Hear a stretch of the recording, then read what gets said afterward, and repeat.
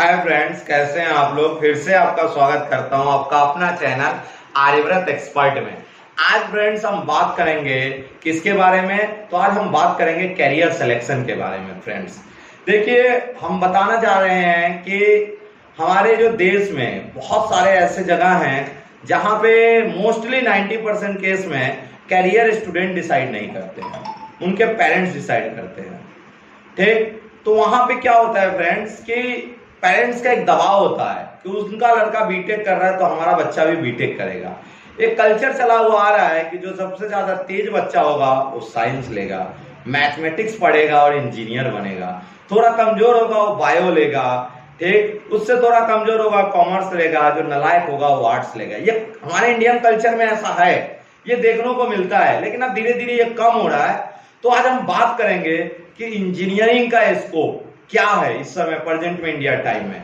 तो इस समय मैं आप लोगों को ये गाइड बताना चाहता हूं कि इंजीनियरिंग का स्कोप इंडिया में इस समय और देशों और कंट्री के कंपेयर में बहुत ही बुरा है। आप लोगों को सुनने में थोड़ा अजीब लग रहा होगा कि क्यों सर ऐसा कह रहे हैं, लेकिन क्यों ऐसा मैं कह रहा हूं इसका रीजन ये है फ्रेंड्स कि हम बात करते थोड़ा पीछे जाते हैं, हिस्ट्री को जानते हैं कि इंजीनियरिंग की शुरुआत हुई कैसे। तो मैं आपको बताना चाहता हूं कि जब देश आजाद हुआ ना, उस समय हमारे देश में केवल 44 इंजीनियरिंग कॉलेज थे।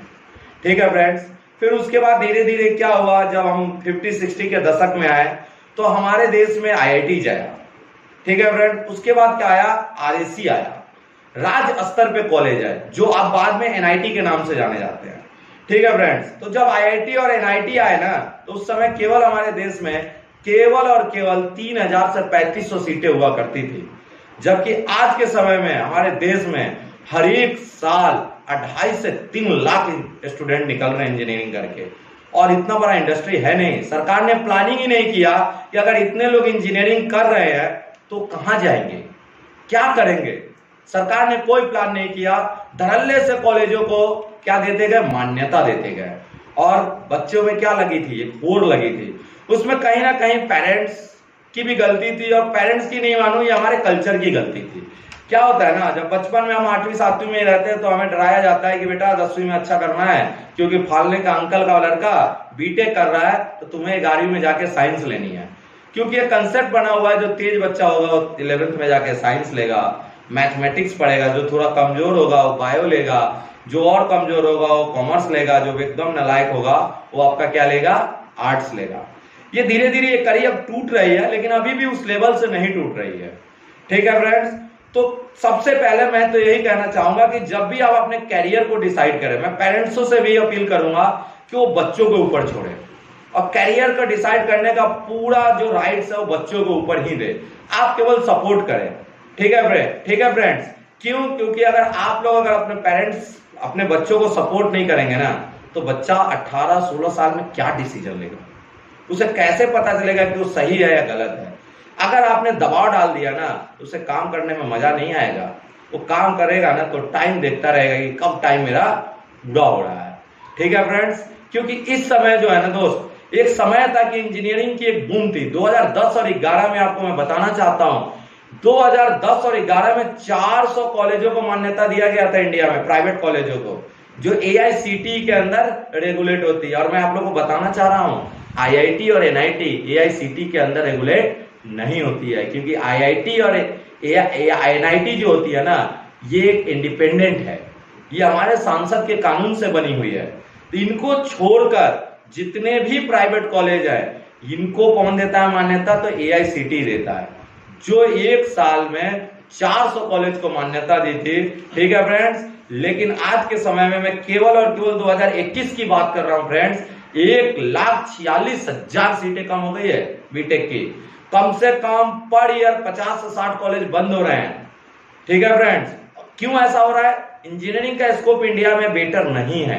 अगर आप प्राइवेट कॉलेजों से पढ़ रहे हैं तो पहले और आप ये जानिए कि जिस कॉलेज में आपने एडमिशन लिया है, क्या वहां एजुकेशन की क्या फैसिलिटी है, क्या वहां प्रैक्टिकल के लैब सेटअप है कि नहीं है। फ्रेंड्स, मैं आपको बता दूंगा, बहुत सारे ऐसे कॉलेज हैं जो केवल बिल्डिंग पे चल रहे हैं। ठीक है, केवल और केवल थ्योरी और बिल्डिंग मिले हुए हैं, उनके पास कोई भी प्रैक्टिकल नहीं है। ठीक है, इससे क्या हो रहा है, हम बीटेक की डिग्री तो ले रहे हैं, हम कंप्यूटर साइंस सॉफ्टवेयर इंजीनियर बन जा रहे हैं, मैकेनिकल इंजीनियर बन जा रहे हैं, ऑटोमोबाइल इंजीनियर बन जा रहे हैं, लेकिन हम एक कैरियर सक्सेसफुल इंजीनियर नहीं बन रहे हैं कि हम बाद में प्राउड फील करें कि हाँ I am mechanical engineer, I am computer science engineer, software engineer. हम ये कह नहीं पा रहे हैं क्योंकि हमारे साथ दिक्कत क्या है ना, हमारे यहाँ होड़ लगी हुई है कि उसके फलाना का लड़का ये कर रहा है, उसके चाचा का लड़का ये कर रहा है, मामा का लड़का ये कर रहा है, तो हमें भी ये करना है। मैं पेरेंट्स से भी अपील करूंगा, कभी भी इन चीजों पे प्रेशराइज मत करिए, ठीक है। बच्चों को पूरा राइट्स दीजिए को अपना क्या कैरियर सेलेक्ट करना है, वो अपना कैरियर सेलेक्ट करे, उसे आप सपोर्ट करिए, गाइड करिए। नहीं तो फ्रेंड्स क्या होगा ना, एक समय आएगा जहां पे वो केवल बोर होगा, टाइम पास करेगा, वो उसमें सक्सेसफुल नहीं हो पाएगा, केवल और केवल वो जीवन और लाइफ को काटने की कोशिश करेगा कि ठीक है अब काट लेते हैं, फिर ये दिक्कत होती है। अब आप कह रहे होंगे सर क्यों इंजीनियरिंग में क्यों ना करें, ठीक है, मैं इंजीनियरिंग क्यों ना करें ये नहीं कहना चाहता हूं, इंजीनियरिंग करें लेकिन कोशिश करें कि आईआईटी को क्वालिफाइड करें, आईआईटी का एग्जाम में बैठे, ठीक है फ्रेंड, आईआईटी से जाएं। आईआईटी का एक अपना रेपो है फ्रेंड्स, आईआईटी से करके जाएंगे, एनआईटी से जाएं। प्राइवेट कॉलेजों में बहुत ही बाजारू हो गया है, सरकार ने इन्हें बाजार के ऊपर छोड़ दिया है कि बाजार जज करेगी, जिस कॉलेज अच्छा होगा उसमें बच्चे एडमिशन लेंगे। ऐसा नहीं होता दोस्त, भाई बीटेक करने की इच्छा सबकी होती है, कोई 50,000 में करा रहा है, कोई 1 लाख में करा रहा है, तो 50,000 वाला 50,000 में जाके बीटेक की डिग्री ले लेगा। उसे क्या पता उस समय कि हमें क्या चाहिए और क्या नहीं चाहिए। ये काम गवर्नमेंट का होता है, लेकिन गवर्नमेंट इस पे ध्यान नहीं दे रही है। इसलिए मैं आपसे कहने चाहूंगा कि करने से पहले पूरे कैरियर को प्लान करें, स्टेप बाय स्टेप प्लान करें, जिसमें इंटरेस्ट हो उस लाइन में जाएं। और हमारे इंडिया में ना सिलेबस बहुत पुराने चलते हुए आ रहे हैं। मैं खुद बीटेक हूं, मैं आप लोगों को बताना चाह रहा हूं कि मैं 2010 में जो सिलेबस पढ़ रहा था आज भी वही सिलेबस देखता हूं चल रहा है। क्या फायदा है फ्रेंड, 10 साल में क्या टेक्नोलॉजी आ गई है। आप लोग आज देख रहे होंगे क्या डिजिटल क्लासेस स्टार्ट हो चुके हैं, क्या आपसे 2 साल पहले डिजिटल क्लासेस थी, तो फिर हमारा स्टडी पुराना क्यों है। आप लोग देख रहे होंगे डाटा साइंस नया आया है, रोबोटिक्स, अब जापान को देखिए पूरी क्लासेज वहां रोबोट से अरेंज होती है, देख रहे होंगे ना फ्रेंड। फिर हमारे यहाँ क्यों नहीं आ रही है, डाटा साइंस कितना जबरदस्त आ रहा है कोर्स है, लेकिन हमारे यहाँ रिवाइज नहीं हो रही है सिलेबस, वही पुराने सिलेबस चल रहे हैं। कहीं रिसर्च नहीं है कि बच्चों को क्या दिया जाए कि हमारे देश का नाम रोशन करें, अपना नाम रोशन करें, कुछ काम करके दिखाए, कोई नया रिसर्च करे, वही हम पुराने सिलेबस को स्टडी कर रहे हैं, ठीक है फ्रेंड्स। तो बहुत शांति से सोचिए, एनालाइज करिए, लोगों से बात करिए, नोट करिए कि किस 50 कैरियर ऑप्शन को लिखिए और नोट करिए। अब हवाई जहाज उड़ना अच्छा लगता है कि हवाई जहाज पे चढ़े, तो इसका क्या मतलब हम एयर पायलट बन जाएं? नहीं फ्रेंड्स, हमें देखना पड़ेगा कि हमारा इंटरेस्ट कहाँ है। मैं बताना चाहता हूं आपको, एग्जांपल लेके एक आध एग्जांपल देना हूं। आप डॉक्टर कुमार विश्वास का नाम सुने होंगे, इस समय वो सबसे जबरदस्त कवि हैं हमारे यहाँ के, इंडिया के फेमस कवि, इंडियन पोएट।